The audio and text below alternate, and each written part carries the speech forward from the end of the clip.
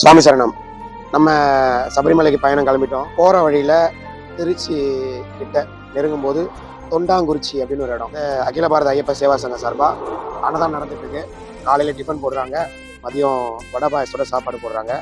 சாயந்தரத்தில் ஐயப்ப பக்தர்கள் ஸ்க்ரீனில் ஒரு நம்பர் இருக்கும், அந்த நம்பருக்கு கால் பண்ணி நீங்கள் எத்தனை பேர் வரீங்கன்னு சொல்லிட்டா நீங்கள் குளிக்கிறதுக்கு இடம் ரெடி பண்ணி கொடுத்துருவாங்க.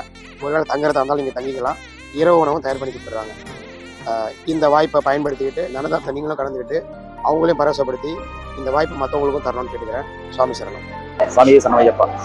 அகில பாரத ஐயப்ப சேவா சங்கம் கடலூர் மாவட்ட சார்பாக தொண்டங்குறிச்சியில் அன்னதான முகாம், அதாவது திருச்சி தேசிய நெடுஞ்சாலையில் நடந்து ஒரு 6 ஆண்டு காலமாக இப்போ கொடுக்குறோம். மதியானம் வந்து சாப்பாடு வடை பாயசத்தோட சாப்பாடு கொடுக்குறோம் இலை போட்டு. அதேமாதிரி காலையில் வந்து இட்லி குண்டல் கேசரி பண்ணுறோம். அதை நைட்டு வந்து ஐயப்பமார்கள் எவ்வளோ பேர் வராங்களோ அதுக்கு தகுந்த மாதிரி நாங்கள் ரெடி பண்ணி கொடுக்குறோம். அவங்க வந்து குளிச்சுட்டு போகிறதுக்கும் அங்கே தங்கி கொஞ்சம் உணவு எடுத்து போகிறதுக்கும் நாங்கள் இடம் ஏற்பாடு பண்ணிருக்கோம். ஒரு சிறப்பாக போயிட்டு இருக்கு. ஆதி மாதம் 1ஆம் தேதியிலிருந்து மகர ஜோதி வரைக்கும்